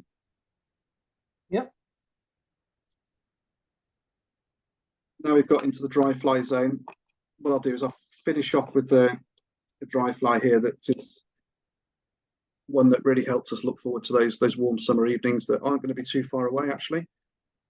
You know, not much more than a month to go, and we'll be out there in the summer evenings once the mayflies are all gone, we've had all that fun with the mayflies, we'll then start to think about the blue-winged olives and the evening spinners. And when you fish with when the blue-winged olives have been hatching during the day and the spinners are falling in the evening, and these after a really, really hot day, you can have some absolutely amazing sport, as you probably all know, just as well as I do. And sometimes when you're out there, the fish might be feeding on something else, like example, earlier in the day or in the evening, a few fish, and suddenly you stop catching, and there's fish rising. If you're walking up the river and you're seeing loads of fish rise, but you can't see what they're taking. You think, oh, they're taking midges. They must be taking midges. So you stick on a little midge pattern or Griffith's gnat or something, and it doesn't, just gets completely ignored. But the fish are just rising everywhere, and you think, well, what on earth are they doing? They probably, in those conditions, are feeding on the spent spinners of blue-winged olives, which lie absolutely flat on the surface. They're really difficult to actually see on the water. And once the fish lock onto them, sure as you know, every river fisherman will know this, the fish become extremely selective for that short period of time. So you want something, it doesn't have to be an exact imitation at all. I think that's where the mistake is. You can tie some very elaborate patterns that look very lifelike, but all you need is something that just has the profile that sits in the water in the right way, and suddenly you will start catching fish. So this is one that I've used over the past couple of years and found really, really successful, actually. And it's quite a simple spinner type pattern. So I'm using a curved hook, which is a little bit unusual. Most spinner patterns use a flat hook because spinners, they lie flat on the surface of the water typically, but in actual fact, a lot of spinners are all over the place. You know, half the time, most of them haven't got tails because the tails have all been knocked off by the time they land on the water. Some of them are a bit of a crumpled heap. So yeah, then they're not absolute perfect specimens floating on the water with two or three long tails. That's not what the fish are looking for. They're not counting the tails. They're not looking for those splayed perfect wings. It's the way the profile is on the water that triggers the fish. I'm using a curved hook here just because quite often these spinners, they're all folded up and, you know, abdomen sticking under the water, wings a bit askew in the water. With the hook, I find it just is a little bit easier to work with. It grips the water a little bit better. Plus, with the bit of the abdomen under the water, I just think it improves the hit rate that you get from the fish. I might be completely wrong. It might just be purely in my imagination because I catch plenty of fish using standard patterns, but this is just the one that I've been using recently. So size 16. This is a size 16, Derek. Absolutely right. Yeah. Fine wire curved hook. This fly, I use a coloured post as well. So it's similar to a parachute style fly, and that's simply because in the evening when you're fishing in low lights, it can be very difficult to distinguish your fly on the water, depending on fishing out the open under trees or at what point the sun is going down in the sky, for example. So I like to have something that I can see confidently on the water, and something I can see as the light is fading, because sometimes you will be fishing until the dark. You really need to see which is your fly. When fish are rising all around, you don't want to be striking, casting out, and hearing plop, plop, plop, and just striking at everything. You just get very, very frustrated. So the post I'm using it's more of that polypropylene, ultra dry dry yarn that you can get from Fish On Productions on the internet. And this is the bright chartreuse colour. I like to use this colour as opposed to the ones that I was using for the duo pattern, because in the evening, this colour I find shows up much better in the fading lights than anything else. It stands out like a light almost. You'll find when the light starts to fade, the sun goes down. This is the best colour to use. So I'm going to tie it on exactly the same way as I tied the previous post. Fold it over, get it into the right position, 3 turns in front, 3 turns behind, and then a few turns around the bottom of the stem of that post, and it locks it in perfectly, keeps it out of the way, and it's ready to receive the hackle when you're ready. So I'll just take that silk slightly around the bend. Again, this is orange coloured ultimate tying silk.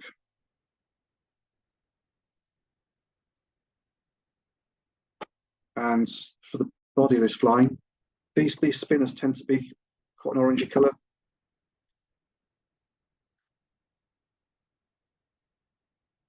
For the body, I'm going to use one of these ultra fine dry fly dubbings. I'm going to use this orangey red colour.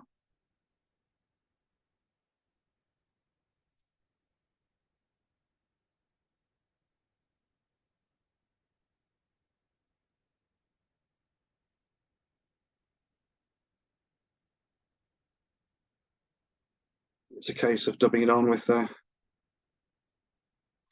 quite thin. You don't want so much bulk in this body, and you can always put turns on top of itself if you want to make extra bulk. But making it very thin means you've got a lot more control when you create the body of this fly. That's a good point, really, when you're dubbing with dry flies, and indeed nymphs as well. Don't be tempted too much to try and create the shape of the body by increasing the bulk of the dubbing. It's best to keep a good long piece of standard dubbing, and when you want to create that extra bulk, where there's a taper or where there's where at any point really, you can just go back over with extra layers of dubbing, and it just allows you to control the build-up of that profile much easier. Plus, when you have thick dubbing on the rope, and you just rely on that to create the shape. When it gets wet, it tends to just collapse on itself, so you lose that shape anyway. Whereas building up the body with denser turns of dubbing, it means it retains that shape when you actually fish it on the water. So it's just a case of simply just exactly as I did with that previous fly.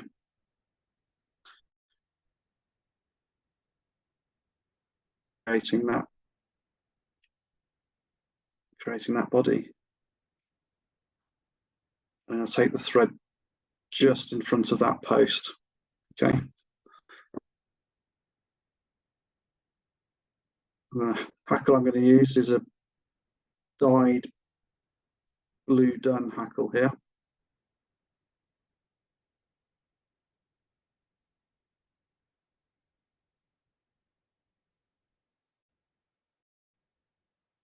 Similar colours, natural and olive spinners have this sort of very, very translucent grey sort of colour to them.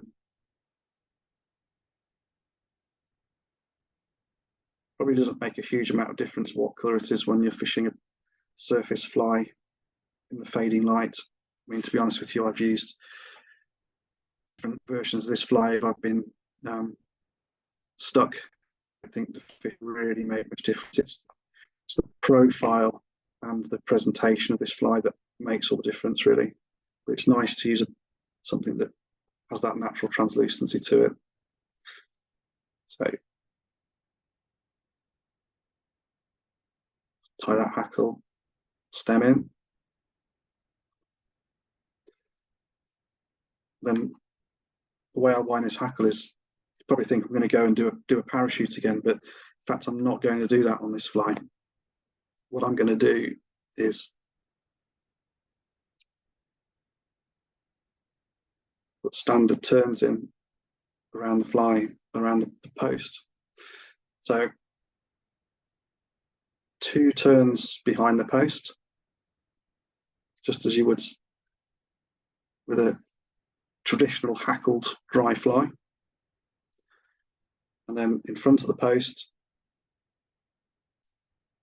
you can put a few more turns, and actually, and I will tend to put 3 turns for this size fly.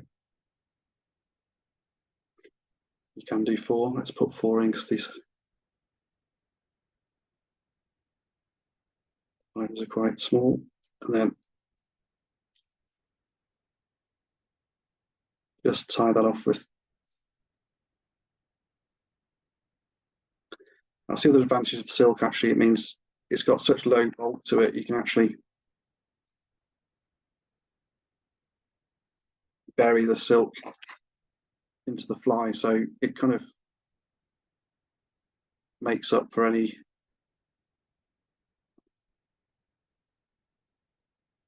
untidiness that you might get when you tie that hackle off. So it's just a case of going back to the eye and then tying off your head.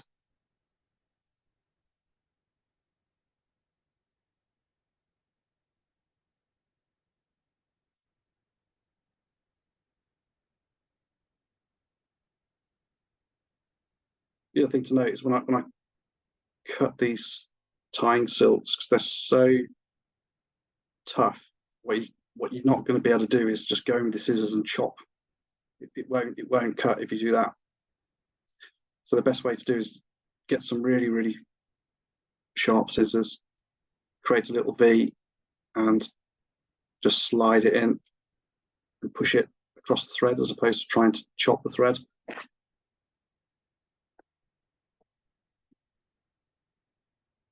trim the post off to the length that you want. And then, all right, this is the final crucial touch to this fly. So at the moment we've got a traditional style hackled dry fly, which, to be honest with you, I never use these days. So this is a bit of a unique one for me. What I want to do now is trim off all the fibers underneath the hook shank. So you just pinch that down, and then what that leaves you with is a rather nice looking spinner profile. So that fly will lie flat on the surface of the water. It's obviously got a slight curve to it, so the back end will typically just dip under the surface, which I find, it's not an emerger. This is the other end of the life cycle. This is the spinner. But even so, that slight dip of the body into the water, I think, is just really attractive to the fish, and it just anchors that fly nicely in the water when you're fishing it. And the key thing about this is that it's got those hackle fibers sticking out of the side, which gives it the spinner profile.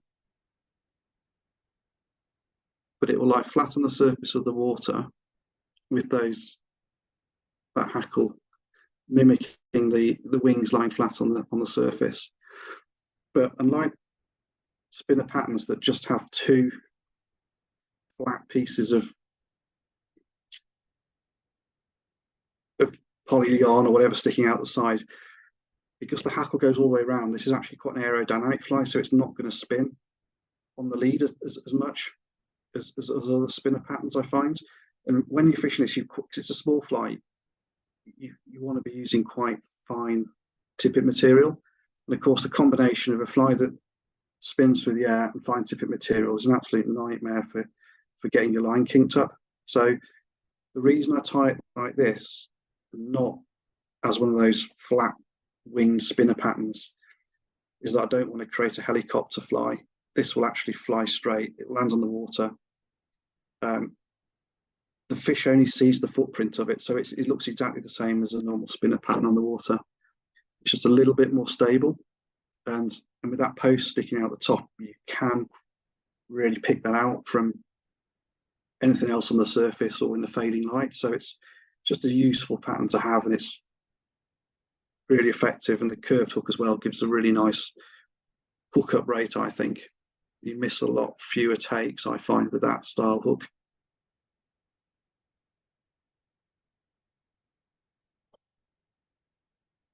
So hopefully that's been of interest to you, and hopefully there's a few flies there that will be of interest to you to use, and you might actually try yourselves and catch a few more fish. Quite keen to get some feedback, any comments, any constructive criticisms, anything that can be improved, please shout. I think We'll all be trying some of them tomorrow, Davey. A very good display. Thank you. I didn't know I needed a mole patch. Now here I am in need of something. We did have a bit of negativity with Ruth. Victoria did bring up the issue again about the gals and the team. Yeah, David, I've got a question. The last fly you tied, yeah, you said you generally tend to fish that as a duo. So are you tying the dropper on New Zealand style, or do you ever tie tippet rings onto the back? Because I noticed that was a barbless fly. Do you have any issues with it? That the tippet, going down to the dropper coming off because it's barbless. Yeah. So there's no tippet ring on that. It's just a standard barbless hook. Glad you asked that question. I always love it when someone asks that question when I talk about duo fishing, because simple answer is I always fish the duo with that on a dropper. So I'm not a fan. I absolutely detest the New Zealand style of fishing. Yeah, me too. Yeah. So tying it off the back of the hook or tying it off the bend of the hook, it's great if you're fishing it as an indicator for your nymph, but it's absolutely useless to use as a dry fly. Your hookup rate will be absolutely terrible. Yeah. By doing it like that. So I always fish these off on a dropper. Okay. That means that fly can swim a bit more freely. It means fish coming up behind and not pushing the line in front of them. Into the line, yeah. So do you know what I mean? And yeah, exactly. I don't find it any less sensitive. When you're fishing this style, it's half the time, or most of the time, you're trying to fish it as a dry fly. You're trying to get fish to rise to dry fly. The fish on the nymph is a bonus, really. If you're going to be catching fish on the nymph, don't just fish other methods, really. Rather than this. That's just my own personal preference. I know some people, in fact, I fished a national final rivers competition. The chap that won it's fished the duo the entire time in all these sessions, and he won the match, and he did really, really well, and it just absolutely worked for him. And he actually likes using this as an indicator, and it worked for him. But I know lots of other people, myself included, it's not it's a good compromise method if you're not quite sure what the fish are doing, or you've got fish rising and you've got fish feeding on nymphs at the same time, sort of thing. Yeah. Okay. Thanks for that. Cheers. Yeah. David, thank you very much for a great display. Absolute pleasure. You're very welcome. I'm always flattered to be asked. What was the thread you were using? What was the silk you were using that you said was indestructible and would break hooks? Yeah. It's called ultimate tying silk. Is that nano silk? Or is It's it from nano? Sean. It's like nano silk. It's the same sort of stuff. There you go. That's a fresh one. This is Oh, fish on. this is produced by Fish Oh. On. Right. If you use now Semperfleet Okay. nano silk, it's very, very similar, but this is far better because it's absolutely smooth. Texture of that is Right. really smooth. Yeah. Got some nano silk here. I do use nano silk. Here we go. That's your nano silk, isn't it? Yeah. Yeah. Right. Haven't used that. Yeah. Definitely. It's got a few spools of that. I've not used it for 10 years or so. Here's nano silk, and if I rub my finger down there, it's as rough as anything. It's really grainy. Yes.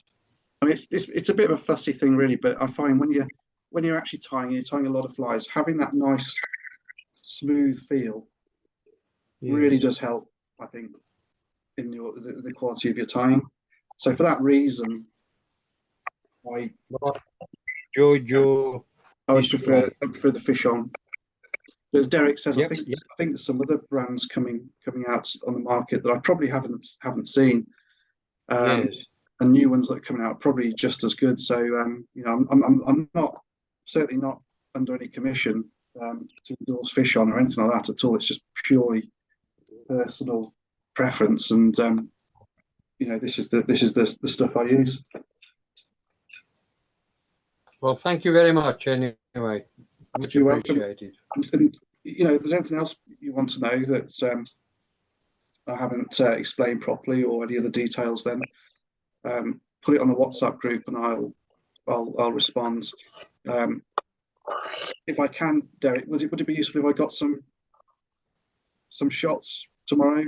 Yeah, if you can do some pictures for us and stick them on WhatsApp. Yeah, I mean, I'll just do some shots on my iPhone of these flies, and I'll stick them on there, and you can have probably a better look at them, because I realise that the quality of the webcam here is not brilliant, so you probably haven't had an opportunity to look at the full details of these flies.